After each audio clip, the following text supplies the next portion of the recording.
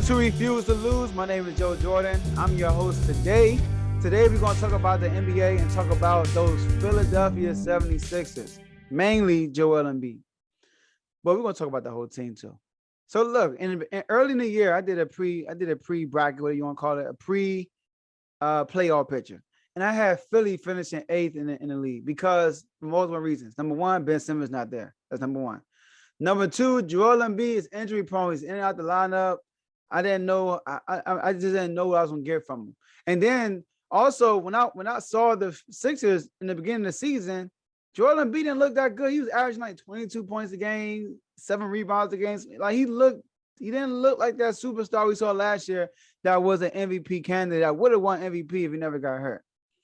But then these last 10 games, Joel Embiid flipped the switch.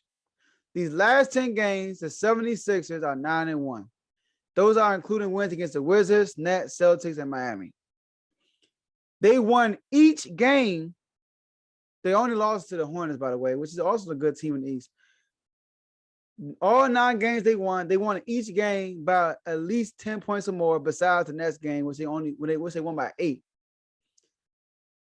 Joel Embiid has been on a tear these last few games. Joel Embiid has been averaging 31.8 points per game. I had to put the 0.8 to show you that it's basically 32. 4.5 assists per game. And he also been averaging 10 rebounds. So he's been averaging basically 32, 10, and 4.5, which is MVP numbers. And his scoring numbers, he actually broke the Philadelphia 76ers 30-point scoring streak. All right. He actually had, I think, 8 straight games. Yeah, 8 straight games when he scored 30 points or more. So I'm just counting out. He had 36, 36, 34. Then he scored 31 5 times in a row, which is ironic. Then he had 25, then he had 32 in the last 10 games. He's been balling. I'm sorry. Like, I apologize, Joel. I mean, you been balling, man. I can give you a props for that. Most consecutive 30-point games in the series in history. I mean, you beat out Allen Iverson and you beat out Wilt Chamberlain. So right now, the 76ers, they are 5th in the East. They're 27-15. And here are some numbers for you. Right now, they're 4th in free throws made, 3rd in free throw percentage, 3rd in turnovers, meaning like, when I say 3rd in turnovers, I don't mean like force. They don't turn the ball over. They're 3rd. They're 3rd in taking care of the ball. All right, they're 5th in blocks, 28th in pace. Only 3 teams play slower than them, so they grind it out. They are number 1 and opponents' points off turnovers. So not only they don't turn the ball over, their opponents don't get out of points off turnovers, which makes sense. And they're 7th in points allowed. So the 76ers, they play slow. I mean, of course, they and then what they do is what I like what Doc is doing. He's feeding Embiid. He's making Embiid be that guy that he was last year, which I like, because a lot of times in the previous years, there have been times when Embiid would disappear, but on a consistent basis, he's been appearing and he's been clutch. He's been clutch. It's been some games when he hit some clutch shots down the stretch. So I'm not saying Joel Embiid is an MVP right now.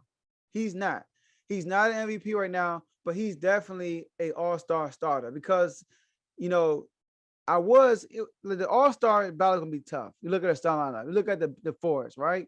I believe they have DeRozan listed as a forward, all right? So we got DeRozan, Kevin Durant.